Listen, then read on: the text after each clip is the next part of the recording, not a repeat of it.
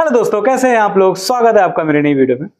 दोस्तों, saving account अगर आपके पास में है और आप भी मिनिमम बैलेंस मेंटेन करने को लेकर के चिंतित रहते हो, क्योंकि अगर आप मिनिमम बैलेंस अपनी बैंक में नहीं मेंटेन करते हो तो बैंक बहुत मोटे मोटे चार्जेस काट लेती है। ये सभी को पता है। हर तीसरे महीने चार्जेस काट लिए जाते हैं अगर आप मिनिमम बैलेंस नहीं मेंटेन करते हो, और वो चार्जेस 200 रुपए से लगा करके 600 रुपए के बीच में होते हैं। हमें कम से कम 5,000 या फिर 10,000 अलग अलग बैंकों के हिसाब से मिनिमम बैलेंस को मेंटेन करना पड़ता है, जो कि सबसे बड़ा चिंता का सबब रहता है।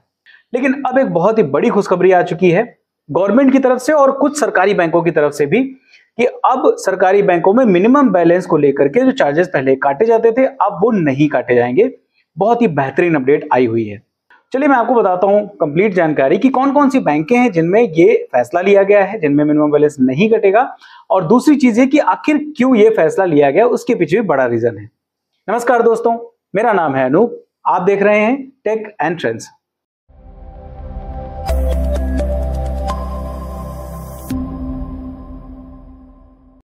दोस्तों, जैसा कि आपको पता है कि स्टेट बैंक ऑफ इंडिया ने 2020 के बाद से ही मिनिमम बैलेंस को मेंटेन करने का जो अपना रूल था उसको बंद कर दिया था।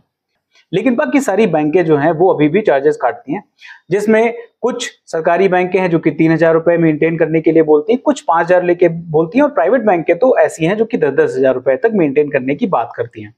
लेकिन अब कुछ सरकारी बैंकें ऐसी हैं जिन्होंने बड़ा फैसला लिया है, जिसमें कुछ बैंकों का फैसला 1 जुलाई से शुरू हो चुका है। ये रूल जो है 1 जुलाई से चालू हो चुका है। कुछ बैंकों का 15 जुलाई तक जाएगा और वहां से स्टार्ट हो जाएगा, जो कि अब मिनिमम बैलेंस मेंटेन करने पर आपको फोर्स नहीं करेंगी। अगर आपका मिनिमम बैलेंस मेंटेन नहीं हो रहा है तो आपका चार्जेस नहीं काटे जाएंगे। यानी अब जीरो बैलेंस वाले अकाउंट आप उन बैंकों में रख सकते हो।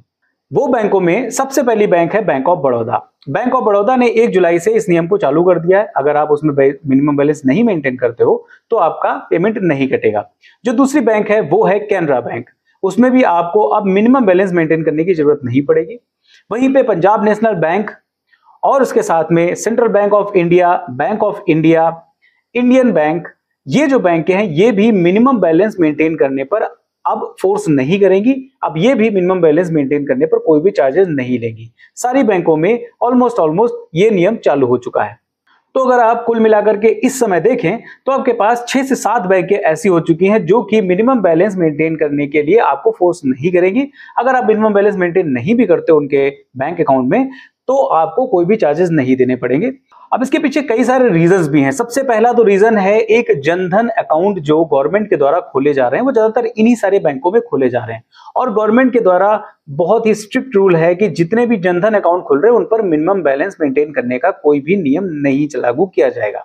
तो जाहिर सी बात है, बहुत से अकाउंट्स हैं इन बैंकों में ऑलरेडी जिसमें मिनिमम बैलेंस मेंटेन करने को लेकर के कोई रूल है ही नहीं। तो बैंकों के द्वारा इस वजह से सारे के सारे सेविंग अकाउंट जितने भी हैं उन सब में ये नियम लगा दिया गया है कि अब जीरो बैलेंस पर आप आराम से अपने अकाउंट को रख सकते हो। दूसरा एक सबसे बड़ा रीजन ये है कि जब कभी भी हमारे किसी भी बैंक अकाउंट में अगर हम मेंटेन नहीं करते हैं बैलेंस को, फॉर एग्जांपल कभी इमरजेंसी पड़ी और हमने बैलेंस निकाल लिया और उसमें जीरो बैलेंस हो गया है, तो ज्यादातर क्या होता है कि बैंकें उसमें माइनस में बैलेंस को कर देती हैं।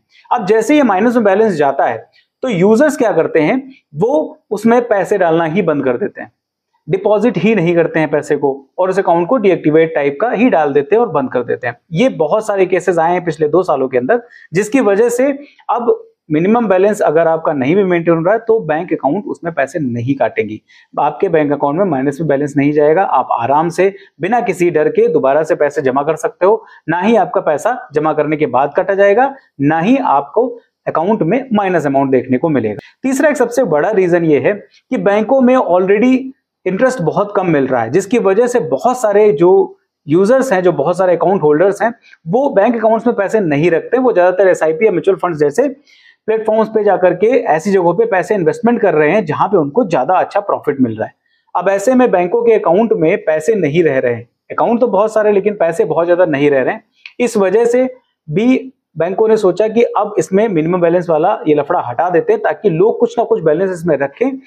अगर किसी अकाउंट में 5,000 रुपए मेंटेन करने का ऑप्शन था तो कोई भी इंसान अगर जीरो बैलेंस का अगर उसको अकाउंट दे दिया जाएगा तो हो सकता है 5,000 नहीं मेंटेन कर पा रहा है तो एटलीस्ट 1,000-2,000 रुपए तो रखेगा, तो उससे कहीं ना कहीं बैंकों के रेवेन्यू पे थोड़ा बहुत तो असर पड़ेगा ही पड़ेगा। तो इस वजह से भी बैंकों ने इस जीरो अकाउंट बैलेंस की पॉलिसी को शुरू कर दिया है। आप बताइए कि आपका किस बैंक में अकाउंट है और आप क्या मिनिमम बैलेंस मेंटेन करते हो या फिर नहीं करते हो, मुझे कमेंट करके बताइएगा। और ये जो सरकार के द्वारा या बैंकों के द्वारा जो डिसीजन लिया गया है, ये आपको कैसा लग रहा है। अगर आपको वीडियो पसंद आई, अगर आपको ये न्यूज अच्छी लगी है तो लाइक कर दीजिएगा वीडियो और अपने दोस्तों तक भी शेयर कर दीजिएगा ताकि उनको भी इस बारे में जानकारी हो जाए। अगर आप मेरे चैनल पर नए हो तो मेरे चैनल को सब्सक्राइब कर लीजिए, क्योंकि इस तरह की बेहतरीन वीडियोस मैं आपके लिए लेके आता रहता हूं और आगे भी लाता रहूंगा। फिलहाल के लिए इस वीडियो में इतना ही, मिलते हैं किसी दूसरी वीडियो में किसी अच्छे से टेक और ट्रेंडिंग टॉपिक के साथ। तब तक के लिए नमस्कार।